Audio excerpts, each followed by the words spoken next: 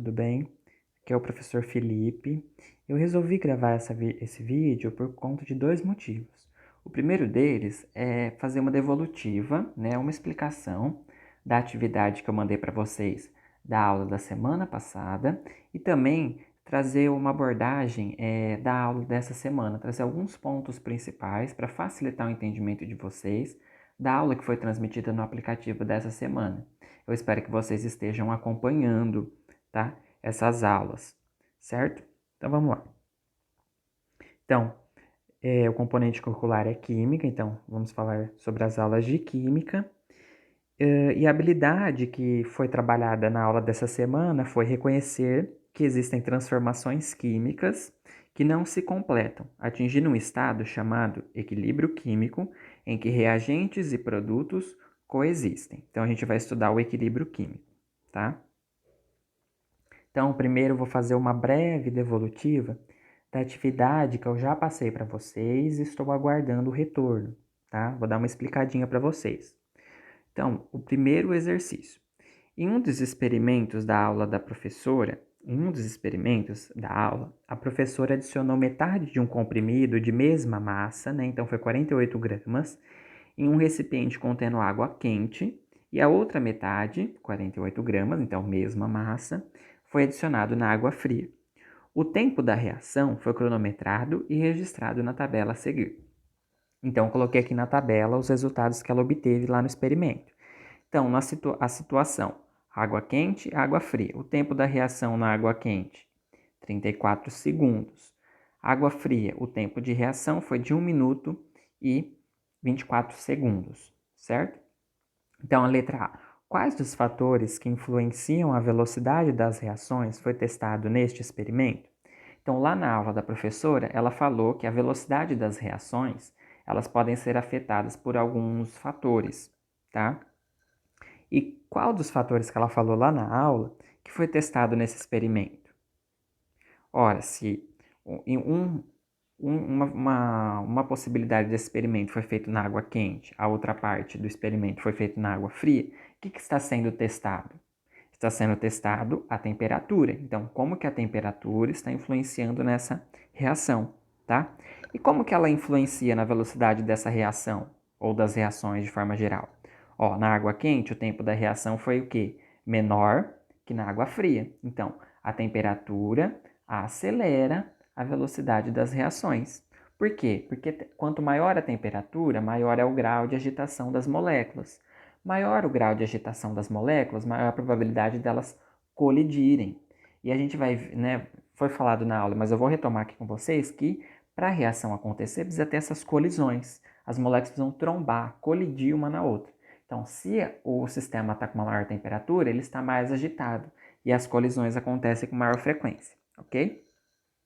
A B é para vocês calcularem a velocidade das reações, certo? Em gramas, né, por segundo, ficou faltando o S aí, mas é grama por segundo, nas duas situações, água quente e água fria. Para calcular as velocidades, utilize a massa do comprimido consumida e divida pelo tempo em segundos que ele foi consumido. Então, a massa que foi consumida é 48 gramas nas duas situações, e aí vocês vão dividir esse 48 para o tempo da situação 1, que foi na água quente, e pelo tempo da situação 2, que foi na água fria. E aí você vai calcular a velocidade, tá? E vai ver que o quê? Que na água quente a velocidade foi maior, ou seja, a quantidade de comprimido consumida por segundo foi maior, ok? A questão número 2.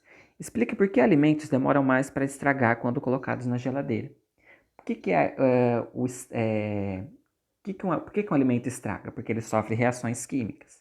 Se a temperatura ela influencia nas reações químicas, quando eu coloco o alimento na geladeira, ele fica com uma temperatura menor. A velocidade das reações, então, que promovem o apodrecimento daquele alimento, vai ser o quê? Vai ser menor também. Então, ele fica mais tempo conservado, certo? E a 3. Em outro experimento demonstrado na aula, foi utilizado peróxido de hidrogênio, que é a água oxigenada, em duas situações. Uma misturada com pedacinhos de batata e outra puro sem batata. O tubo contendo os pedacinhos de batata apresentaram evidência visível de ocorrência da reação, e no outro tubo, sem a batata, a reação não foi visível. Só que ela, apesar dela estar ocorrendo, não foi visível. Qual é o papel da batata neste experimento? O que são catalisadores? Então, no tubinho que tinha batata, a gente conseguiu enxergar a reação, porque ela estava acontecendo mais rapidamente. No tubinho sem a batata, a gente não conseguia enxergar, apesar de estar acontecendo uma reação lá dentro. Então, qual que é o papel da batata? A batata, ela está funcionando como um catalisador, ou seja, ela está facilitando, ela está aumentando a velocidade daquela reação, mesmo sem participar dela, mesmo sem ser um reagente ou um produto, certo? E o que são catalisadores? Catalisadores justamente é isso. São substâncias que não participam da reação, mas o que? Aceleram a velocidade de ocorrência delas, ok? Vamos lá então. E agora falando sobre a aula dessa semana. Então, recapitulando um pouco da aula da semana passada também, porque tudo está interligado, tá? Então, na semana passada, a professora falou que para que uma reação química, uma transformação química aconteça, é necessário que aconteça o quê? Colisões entre as moléculas. Que uma molécula trombe colida na outra, tá? E para que essas colisões aconteçam de forma correta, elas dependem de dois fatores. Da energia suficiente para quebrar as ligações antigas. Então, essas colisões elas têm que ser suficientes para...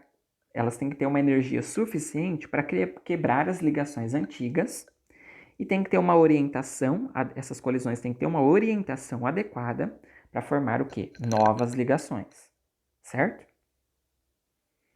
E essas colisões, elas vão depender de alguns fatores.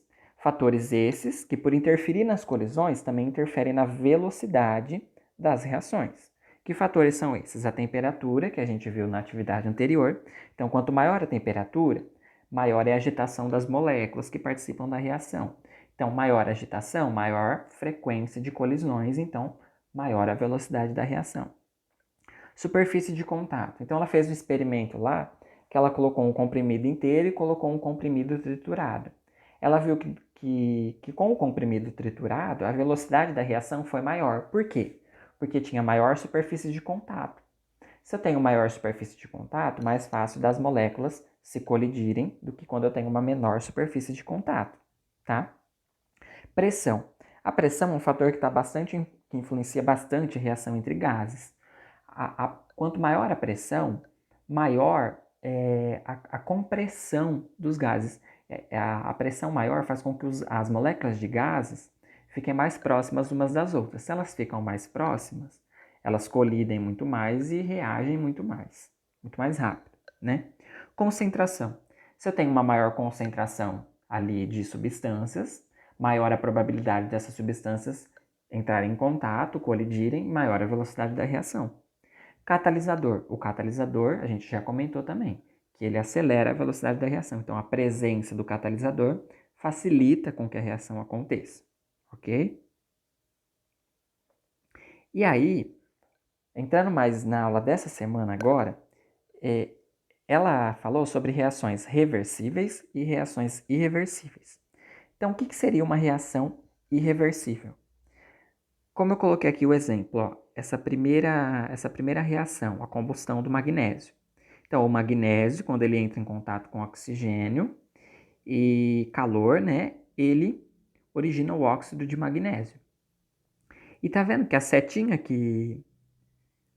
do esquema, ela tem um sentido único, ou seja, só existe a possibilidade do magnésio e do oxigênio reagirem para formar o óxido de magnésio. A possibilidade de ocorrer o contrário não existe, tá? Olha só a outra reação que eu coloquei. Formação da amônia.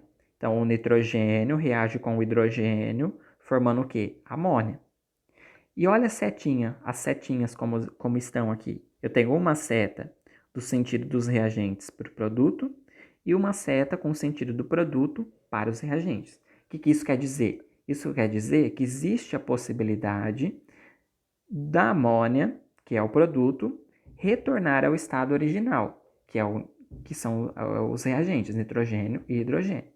Então, isso a gente chama de uma reação reversível, ou seja, uma reação que o produto pode se tornar de novo o reagente, coisa que na combustão do magnésio não é possível.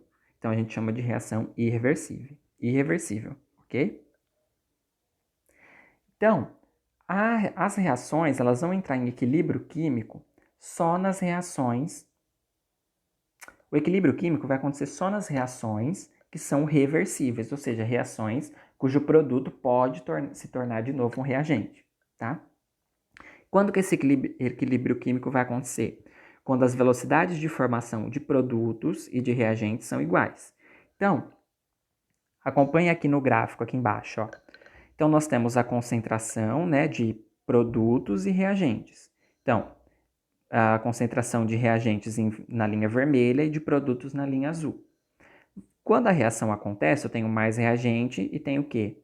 Menos produto. Quando essa reação, ao decorrer do tempo, essa reação vai ocorrendo, o reagente vai diminuindo, o produto vai o quê? Aumentando. Só que vai chegar uma hora que a velocidade de formação de A e de B, de produto e de reagente, vai ser o quê? Constante. Então, a gente diz o quê? Que essa reação está em equilíbrio químico, tá? Olha lá, ó, ela vai entrar em equilíbrio químico quando as velocidades de formação de produtos e de reagentes são iguais, ou a quantidade de produto produzido e a quantidade de reagente se mantêm constantes ao longo do tempo. Então, não ficou uma linha reta em A e B a partir de um determinado tempo? Então, isso mostra que o quê? A quantidade de A produzida é igual a quantidade, não. A quantidade de produto produzida e a quantidade de reagente produzida, elas se mantiveram o quê? Constantes. Não iguais, mas constantes. Por quê? Porque eu tenho o produto virando reagente ao mesmo tempo que reagente está virando o quê? Produto. Certo? Pessoal, obrigado pela atenção. Não deixem de acompanhar as aulas do Centro de Mídias. E outra coisa, quem não assistiu essas duas outras aulas que eu comentei aqui, assista. Isso foi só um breve resumo, talvez vocês não consigam compreender só com essa explicação rápida, ok? Um abraço a todos.